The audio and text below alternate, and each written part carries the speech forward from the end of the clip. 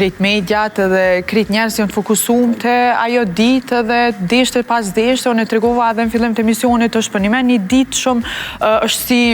bajram, apo është fest që e festojmë dhe me dojë mos jemi aty, dalim e pim një kafe me shoqëri, e pysim një tjetrin se kë e votove, a është i mira i vendim, ose konsultohesh me ta për diçka për një të ardhme ma të mirë. Kështu që është një ditë e mirë, në gjithçka e pres me pozitivitet, sidomos për vendin tonë, po besoj që tash edhe rinia, po gjenzia kanë me qenë e ardhmja jonë, kështu që votoni nesër. E pse po mendoni që nuk janë shumë të përfshim kështu në politikë gjenerata e re? Mos ndoshta nuk kanë pritshmëri për shembull, ose ndoshta janë zhgënjy prej disa vendimeve që janë marrë për vendin e tyre ose për mënyrën se si kanë jetu për një kohë të caktuar. Unë mendoj pak a shumë ndryshe këtë çështje, mendoj që aty thjesht nuk ju intereson çështja e politikës. Unë e shoh edhe të shoqënia jam sa janë të interesuar me bëni debat politik. Unë jam i thori debate politike edhe në tryeza, edhe në shoqëni, edhe gjithkund tjetër, se me të vërtet mendoj që na ndikon shumë edhe të ortet që kjo, siç e thashë më herët, më irriton fakti që të rit nuk e njohin politikën. Tash, unë mendoj që s'ju intereson, se ndoshta edhe nuk të shumë familje, ndoshta su trashëgu brez pas breza kjo çështje, sa u folën familjet e secilit për politikë, sa i kanë pas prind përfshim politikë, edhe kjo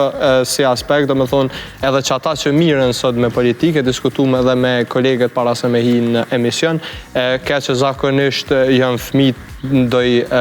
personi që ka pozit me një parti politike, edhe mundet më angazhu ndoshta edhe në forumet rinore të partive politike,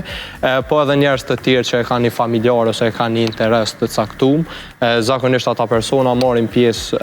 në politike edhe në forume rinore edhe çka po di. Kështu që me të vërtet një triu që nuk din fare prej politikës, po mendoj po edhe se një politikën mirë,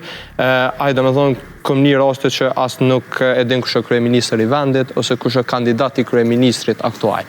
Për shembull, kjo me të vërtet për të ardhur keq kur një i ri i Kosovës është 0% informuar për një proces politik që ka shumë ndikim. Po pse po mendon që kemi ardhur deri te kjo pikë? Mendoj që dy aspekte kryesore janë këtu, s'po du me bo fajtor kërkan, po